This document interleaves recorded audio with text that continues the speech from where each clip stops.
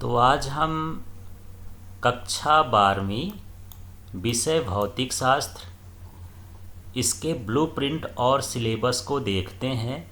माध्यमिक शिक्षा मंडल Madhya Pradesh Bhopal higher secondary परीक्षा सत्र 2024-25 के लिए ब्लूप्रिंट और सिलेबस है। पूर्णांक इसका होगा 70 नंबर का प्रश्न आएगा और समय मिलेगा 3 घंटे। तो चलिए यहाँ देखते हैं चैप्टर वाइज। यहाँ पर ये पहली यूनिट है और पहली यूनिट से पहला अध्याय है, इसमें वैद्युत आवेश तथा क्षेत्र। आपको एनसीईआरटी की किताब मिली हुई है।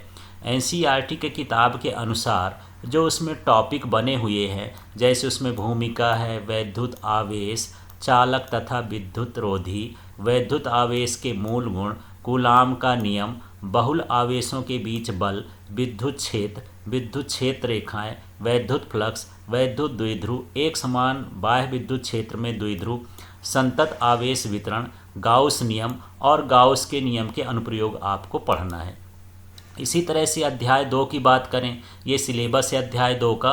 अध्याय 2 में है स्थिर वैद्युत विभव तथा धारिता, यह अध्याय 2 का नाम है। इसमें भी एनसीईआरटी बुक को आपको देखना है और उसके सिलेबस के अनुसार उसमें देखना है भूमिका, स्थिर वैद्युत विभव, बिंदु आवेश के कारण विभव, वैद्युत द्विध्रुव के कारण विभव, आवेशों के निकाय के कारण विभव, समविभव पृष्ठ, आवेशों के निकाय की स्थितिज ऊर्जा, बाह्य क्षेत्र में स्थितिज ऊर्जा, चालक स्थिर वैद्युतिकी, परावैद्युत तथा ध्रुवण, संधारित्र तथा धारिता, समांतर पट्टिका संधारित्र, धारिता पर परावैद्युत प्रभाव, संधारित्रों का संयोजन, संधारित्र में संचित ऊर्जा।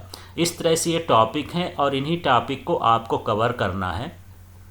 इसके बाद हम दूसरी यूनिट में देखते हैं। तो दूसरी यूनिट में केवल तीसरा अध्याय है और यह है विद्युत धारा। इसके अंतर्गत हमको पढ़ना है, एनसीईआरटी बुक में ये पॉइंट बने हुए हैं, उसके अनुसार भूमिका, विद्युत धारा, चालक में विद्युत धारा, ओम का नियम, इलेक्ट्रॉन का अपवाह एवं प्रतिरोधकता का उद्गम, ओम के नियम की सीमाएं, विभिन्न पदार्थों की प्रतिरोधकता, प्रतिरोधकता की ताप पर निर्भरता, विद्युत ऊर्जा, शक्ति, सेल, विद्युत वाहक बल, आंतरिक प्रतिरोध, श्रेणी तथा पार्श्व क्रम में सेल, किरचॉफ के नियम और हीट स्टोन सेतु। ये 2 यूनिट मिला करके कुल 16 नंबर के आएंगे अंक। इसमें 1 नंबर, 2 नंबर, 3 नंबर और 4 नंबर के प्रश्न आएंगे। इसके बाद हम यूनिट 3 की बात करते हैं। तो यूनिट 3 में जो है 2 अध्याय हैं, अध्याय 4 और अध्याय 5। तो अध्याय 4 है गतिमान आवेश और चुंबकत्व।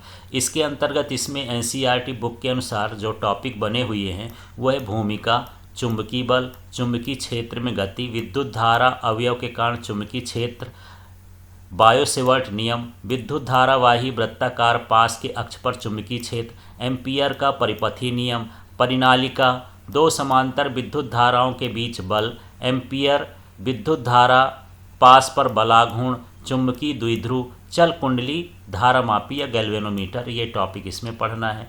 इसके बाद अध्याय 5 की बात करते हैं। तो ये है चुंबकत्व एवं द्रव्य। इसमें एनसीईआरटी बुक के अनुसार भूमिका, क्षण चुंबक, चुंबकत्व एवं गाउस नियम, चुंबकीकरण एवं चुंबकीय तीव्रता, पदार्थों के चुंबकीय गुण, इन टॉपिकों पर आपको अध्ययन करना है। तो ये आप YouTube से जुड़े रहिए, सारी चीज़ें टॉपिक अनुसार पढ़ाई जाएंगी। फिर इसके बाद यहाँ पर यूनिट 4 की बात कर लेते हैं।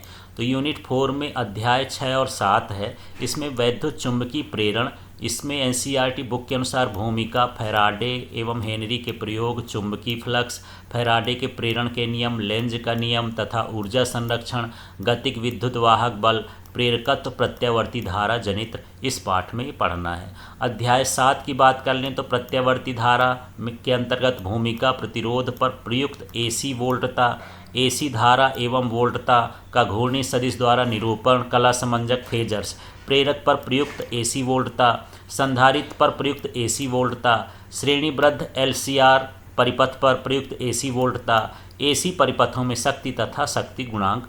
और इस यूनिट से 17 नंबर का आएगा, जिसमें 1 नंबर, 2 नंबर, 3 नंबर और 4 नंबर के प्रश्न शामिल होंगे। इसके बाद हम बात कर लेते हैं यहाँ पर यूनिट 5 की। तो यूनिट 5 में अकेला चैप्टर है, छोटा सा है, ये है वैद्युत चुंबकीय तरंगें। इसके पाठ के अंतर्गत एनसीईआरटी बुक में है भूमिका, विस्थापन, वैद्युत चुंबकीय तरंगें, वैद्युत चुंबकीय स्पेक्ट्रम, ये चीज़ें हमको कवर करना है।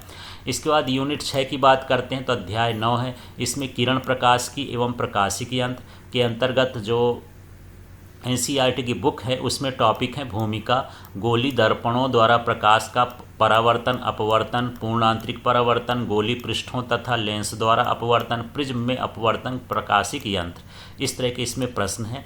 और यूनिट 6 के अंतर्गत ही अध्याय 10 भी है और इसमें है तरंग प्रकाश की। इसमें भूमिका, ये एनसीईआरटी बुक के अनुसार टॉपिक है भूमिका, हाइगेंस का सिद्धांत, हाइगेंस सिद्धांत का उपयोग करते हुए समतल तरंगों का अपवर्तन तथा परावर्तन, तरंगों का कला संबद्ध तथा कला असंबद्ध योग, प्रकाश तरंगों का व्यतिकरण तथा यंग का प्रयोग।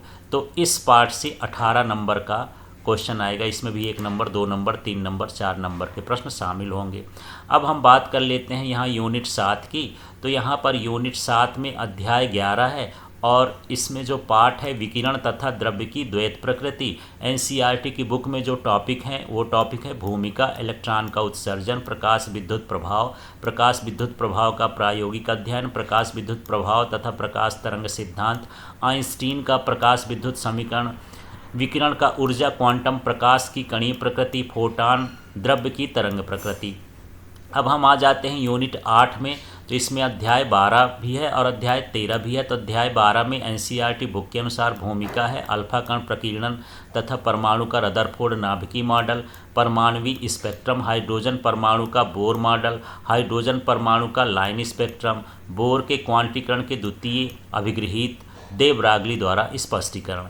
इसी तरह अध्याय 13 में है एनसीईआरटी बुक के अनुसार भूमिका, परमाणु, द्रव्यमान एवं नाभिक की संरचना, नाभिक का आकार, द्रव्यमान ऊर्जा, नाभिकीय बंधन ऊर्जा, नाभिकीय बल, रेडियो एक्टिवता, नाभिकीय ऊर्जा। ये यूनिट 7 और 8 मिलाकर के 12 नंबर का प्रश्न आएगा और इसमें 1 नंबर, 2 नंबर, 3 नंबर, 4 नंबर के प्रश्न होंगे। इसी तरह से यहाँ पर देख लेते हैं अध्याय 9 की बात कर लेते हैं। यूनिट 9 है। अध्याय 14 है अर्धचालक इलेक्ट्रॉनिकी, पदार्थ, युक्तियाँ तथा सरल परिपथ। इसके अंतर्गत हम जो है एनसीईआरटी बुक के अनुसार भूमिका, धातुओं, चालकों तथा अर्धचालकों का वर्गीकरण, नैज अर्धचालक, अपद्रव्यी अर्धचालक, पीएन संधि अर्धचालक डायोड, संधि डायोड का दिष्टकारी के रूप में प्रयोग है और इस यूनिट से केवल 7 नंबर का आएगा। इस तरह से कुल 70 नंबर का प्रश्न होगा। अब इस 70 नंबर के प्रश्न के अनुसार कैसे आपका जो ब्लूप्रिंट है उसको समझते हैं। तो यहाँ जो पहला प्रश्न है 1 से 5 तक रहेगा और इसमें 28 वस्तुनिष्ठ प्रश्न होंगे और सभी के 1-1 अंक होंगे। और वस्तुनिष्ठ प्रश्न में क्या क्या शामिल होगा?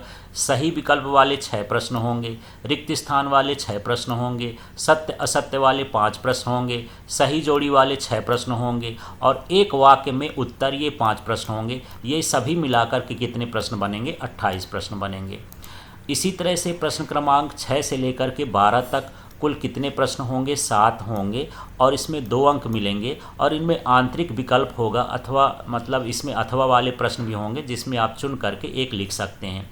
इसी तरह से प्रश्न क्रमांक 13 से 16 तक जो हैं ये 4 प्रश्न होंगे और इनमें 3 अंक निर्धारित होगा और यहाँ भी अथवा वाले प्रश्न आपको मिलेंगे।